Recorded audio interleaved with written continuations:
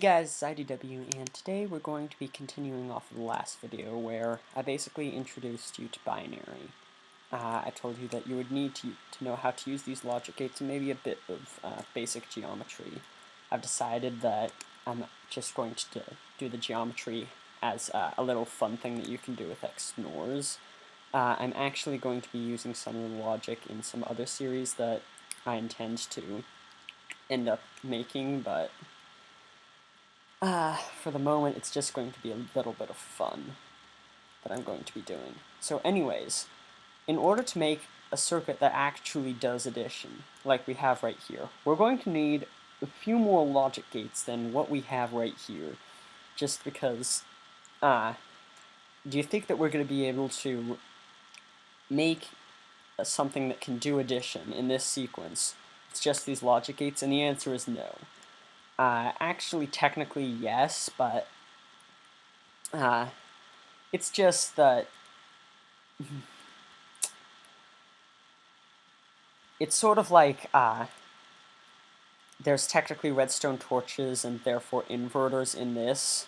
So what I would basically be saying is that this is a type of inverter, if I was saying that. So yeah, there's three types of logic gates that I think you should probably know if you want to go into an adder. One of them's not really as important as the other two, but the other two you definitely want to know how to use. So the first one is called the XNOR Gate. This is another one that you could probably find on YouTube, but it's a bit more obscure than the other two. Like, I doubt that, I mean, I wouldn't be surprised if someone watching this video might not have actually ever heard of one of these things. They're really handy. So basically, what is exactly an XOR gate? And the answer is, it's a logic gate that its output always changes whenever one of the inputs changes. So if you were to use it in a door, for instance, it's probably one of the most handy ones because you can open it from either side. So as you can see, I changed the input, the output changed. So if I change this one again, though, then it'll turn back. And if I turn this one, the same thing will happen. But if I actually turn both of them on, then the whole thing is going to turn off.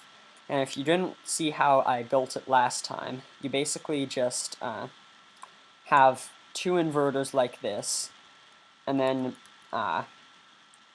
redstone dust up there, torch right there, and so basically what's happening here is it's ORing the two gates together. So in other words, if either... Actually, you should probably know the OR gate, though. That's just the one where these are your inputs, basically, and that's your output. That's basically what an OR gate is. I think you get it now, even if you didn't know what it was. Said delete. Okay. Anyways, so the next logic gate that we're going to want to know how to use is the XNOR gate. The XNOR gate is a bit more obscure. You're not actually probably going to be using this until we start to get into some of the more advanced logic gates. Also, by the way, when you're building like,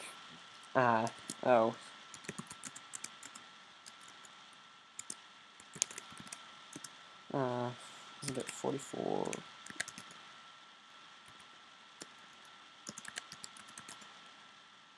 Oh dear. Got it. 115. There we go.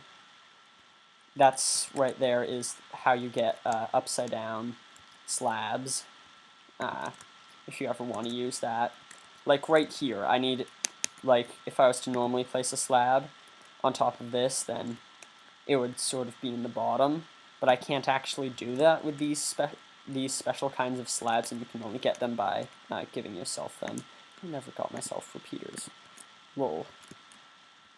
Anyways, so basically, the design that I'm going to be building is really basic. It's called the Tommy's XNOR. The really nice thing about this that everyone forgets to tell you about it is that it's completely synchronized.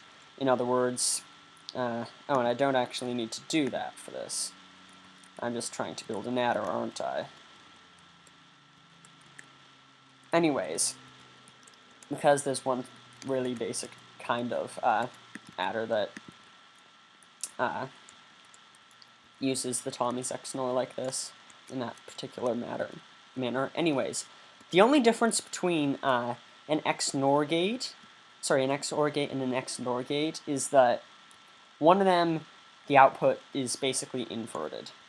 So basically, if you look at all the possible inputs, you could either have one be, how should I put this?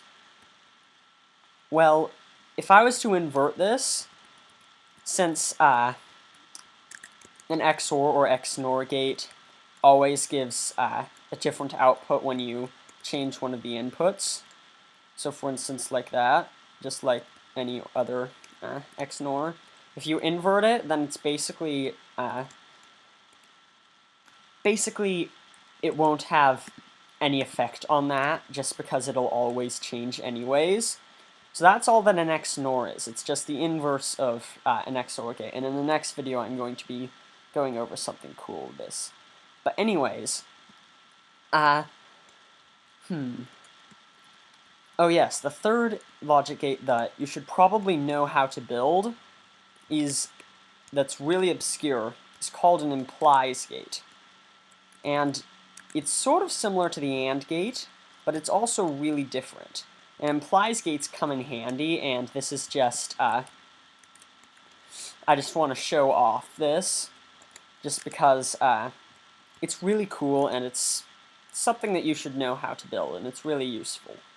So basically, what an implies gate is if you have a logic gate like this, and you turn on both inputs. This is going to be if it's both inputs, right? But what if I want to have it on if only one of the inputs is on? So for instance, if I want to have only this input on, then I want the output to be on. And there is a logic gate called an implies gate that does this. It will only turn on if this input is on and not the other one. Implies gates are really useful, and they have the exact same functionality as a redstone comparator, by the way. That's one of the really nice things. You can build some inverters using these things that allow you to make anti-burnout stuff, but that's a ways away. But it's the exact same thing. It will only turn on if just this input is on and nothing else. And it uses the exact same logic as this thing here. So yeah, that's basically all the logic gates that I thought I should cover. I'm going to be using most of these in upcoming videos, but next video I'm going to skip to some proofs that I'm going to do with some of these things. It might actually have some effect on the videos that I make in the future, but it's really going to be mainly just for fun. The reason that I'm going to build these and do these proofs. So yeah, see you guys next time.